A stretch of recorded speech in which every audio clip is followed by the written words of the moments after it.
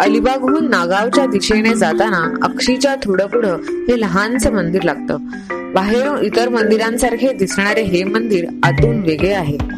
या मंदिरामध्ये कुठल्याही देवतेची मूर्ती नाही, तर आहेत 9 नागांची शिल्पे.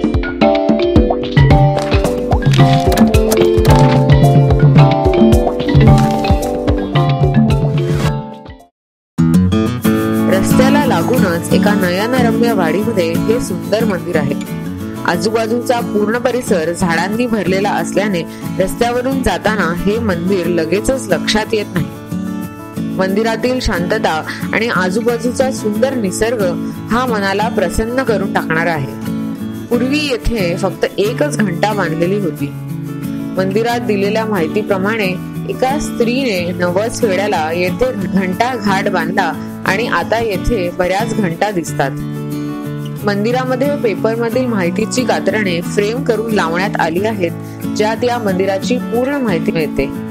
शिल्पांच्या समोरच इतर मंदिरांप्रमाणे एक लहानशी कासवाची प्रतिमा आहे. प्राचीन काळात येथे जमिनीचे खोदकाम चालू असताना ही 9 शिल्पे सापडली. 2010 मध्ये जीर्णोद्धार करून ही शिल्पे चौथऱ्यावर स्थापन करण्यात आली आणि याला मंदिराचे स्वरूप आले. नागाव या गावाचे नाव पूर्वी नामग्राम असे होते. पुढे जाऊन या शिल्पांमुळे हे 9 नागांचे गाव म्हणून ओळखले जाऊ लागले. 9 नागांचे गाव किंवा नागगाव म्हणून हे नागाव या नावाने ओळखले जाऊ लागले. या मंदिराचे नाव 9 नागांचे मंदिर असले तरी आज 10 नागांची शिल्पे आहेत. यातील एक शिल्प हे रक्षकाचे आहे. नागपंचमीच्या सणाला येथे भाविकांची खूप गर्दी होते. या मंदिराची देखभाल येथे राहणारे गुजर परिवार करतात.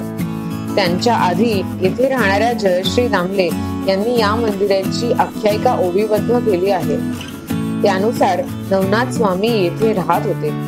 त्यांनी नाग रूप धारण केले आणि पुढे ते पाषाण रूपात येथे राहिले. या मंदिराला पांडवकालीन इतिहासही लाभला आहे असे सांगितले जाते.